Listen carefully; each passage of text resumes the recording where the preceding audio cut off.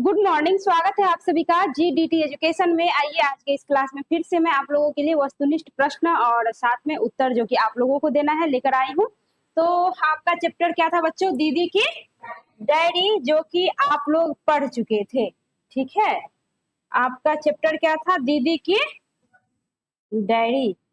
तो ये आप लोग पढ़ चुके थे। आइए अब इसी पार्ट से रिलेटेड कुछ प्रश्न है, बताइए तो फिर से। शीर्षक क्या है आपका? दीदी की डायरी। ठीक है, जिसका सारांश मैंने पढ़ाया था और आप लोग बढ़िया से पढ़ भी लिए थे। आइए उसी पार्ट से रिलेटेड कुछ ऑब्जेक्टिव टाइप क्वेश्चंस हैं। तो इस जितने सारे क्वेश्चन है उसका जवाब आप लोग बढ़िया से सोच समझ के थोड़ा सा दीजिएगा। चलिए, पहला क्वेश्चन है आपका, दीदी की डायरी शीर्षक पाठ कहाँ से संकलित है? संकलित से? अच्छा, नामे है संकलित। अच्छा, चलिए अगला क्वेश्चन है आपका, दीदी की डायरी कौन सी विधा है? डायरी, क्योंकि डायरी है तो डायरी ही इसकी विधा है। चलिए अगला है, संजू कैसी लड़की थी? हंसमुख। अगला, संजू कितनी कक्षा में पढ़ती थी? 8वीं कक्षा में। क्या सुनकर संजू को हंसी के फव्वारे छूटने लगते थे? चुटकुले। जी, जब वो चुटकुले सुनती थी तो उसे जो है हंसी ज्यादा आता था। चुटकुले यानी जब भी संजू चुटकुला सुनती थी तो उसको हंसी जो है बहुत जोरों की आती थी। चलिए अगला प्रश्न देखते हैं कि अगला प्रश्न क्या है आपका। कहता है कि संजू को किस चीज का शौक था? बिल्कुल, संजू को जो है पुस्तक पढ़ने का शौक था।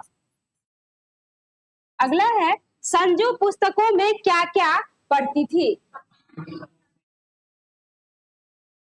बिल्कुल, कहानी पढ़ती थी, उसके बाद आपको कविता भी पढ़ती थी और इसके अलावा कॉमिक्स भी पढ़ती थी। चलिए नेक्स्ट है, संजू को जन्मदिन पर लोगों से कौन सा उपहार मिलता था? बताइए। पुस्तक, क्योंकि उसको पुस्तक पढ़ने का शौक था तो सभी जानते थे कि संजू पुस्तक पढ़ती है, तो सभी उसको उपहार में, गिफ्ट में जो है पुस्तक ही देते थे। सत्य के प्रयोग की रचयिता कौन है? कौन है? बिल्कुल, महात्मा गांधी। अगला, संजू को किससे प्रेरित होकर डायरी लिखने का मन हुआ? किससे? बिल्कुल, महात्मा गांधी को देख के, मतलब महात्मा गांधी की जो वो रचना थी, जब वो पढ़ती है तो उसका मन करता है कि चलो भाई थोड़ा सा हम भी डायरी लिखते हैं। अगला नेक्स्ट प्रश्न है आपका, डायरी लिखने में संजू का हौसला किसने बढ़ाया? बिल्कुल, संजू की माँ ने। ऐसा होना भी चाहिए। अक्सर माँ बाप थोप देते हैं बच्चों पे कि हम जो कह रहे हैं वही करो। बच्चों को जिस चीज का शौक हो, खास करके पढ़ाई लिखाई से रिलेटेड, तो उसमें माता पिता का जो है सपोर्ट का रहना बहुत जरूरी होता है। बच्चों पे थोपना नहीं चाहिए। देखो, उनको डायरी लिखने का मन हुआ और माता ने हौसला भी बढ़ाया। और कई माता पिता जो रियल में देखे जाते हैं कहेंगे कि कुछ नहीं करना है, हम जैसे करते हैं वैसे करो, तो ऐसे होना नहीं चाहिए। अगला है, संजू के द्वारा डायरी लिखने की बात सुनकर कौन प्रसन्न हुआ? बताइए। कौन? बिल्कुल, देखो संजू के पिताजी भी जो है खुश हो गए। डायरी लिखना कोई बुरी बात नहीं है, अच्छी बात है, लिखना भी चाहिए। एक लेखन कला जो है सब में नहीं होती। अगला, संजू को डायरी किसने लाकर दिया था? बताइए। किसने? बिल्कुल, पिताजी ने लाकर दिया था। अगला है, डायरी लिखने में संजू की मदद किसने की थी? संजू की दीदी ने की थी। नेक्स्ट है, कारीगर पत्थर में क्या उकेर रहे थे? बताइए तो। बिल्कुल, फूल पत्तियां उकेर रहे थे।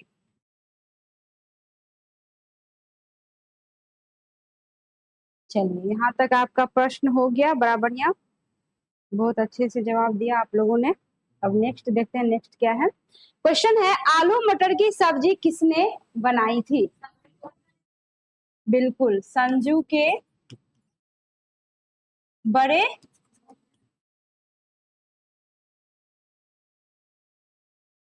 भैया।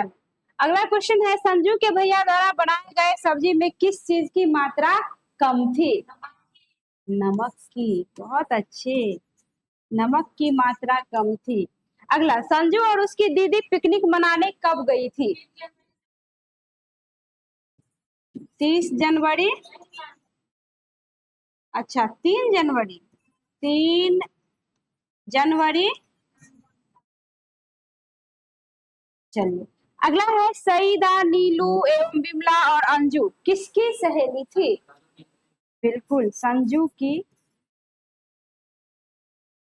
दीदी की सहेली थी। 20वां क्वेश्चन है, पिकनिक के दौरान कौन जमकर नाची थी?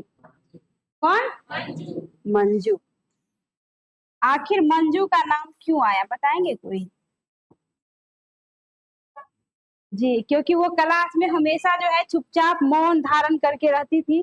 सभी को लगता था कि अलग टाइप की लड़की है, लेकिन जब पिकनिक पे सब गए तब पता चला कि इसका असली रूप क्या है। मतलब जो लोग शांत स्वभाव के होते हैं उसको ये मत समझो कि उसको कुछ नहीं आता, बहुत कुछ आता है जो अंदर वो दबा के रखे रहते हैं। कई लोग होते हैं कि क्या करते हैं कि बोल बोल के बताते हैं कि हम में ये है वो है। कई लोग होते हैं मन में रखे रहते हैं, और जब समय आता है तो वो समय के साथ साथ धीरे धीरे क्या होता है, निकलता है। जैसे संजू, आपका डांस है ना। चलिए, आप भी संजू, इसमें भी संजू है।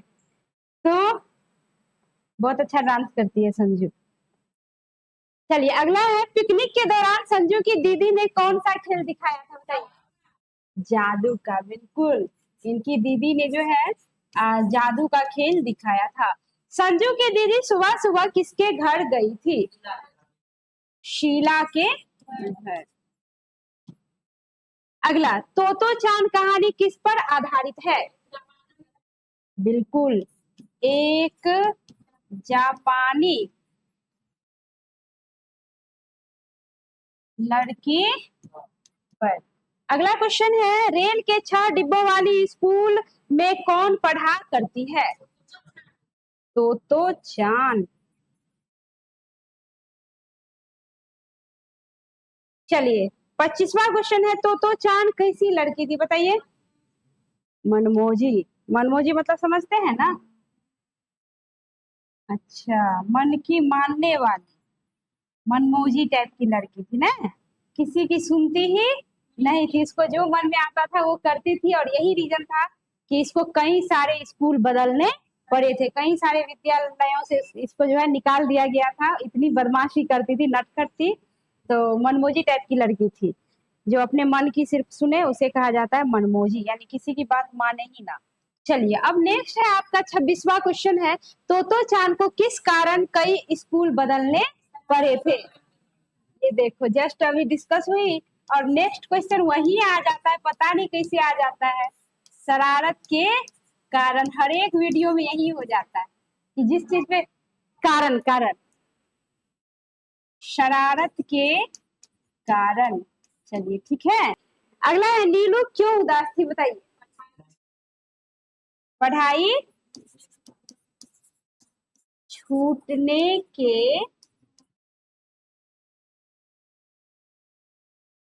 कारण। चलिए, बहुत अच्छे।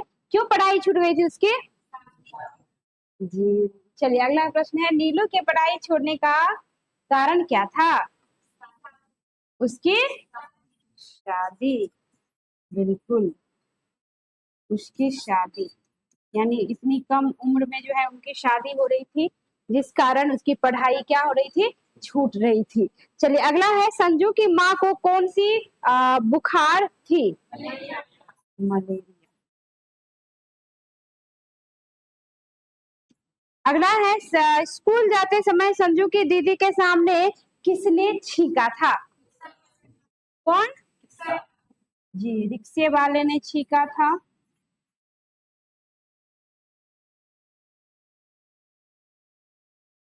चलिए, हो गया।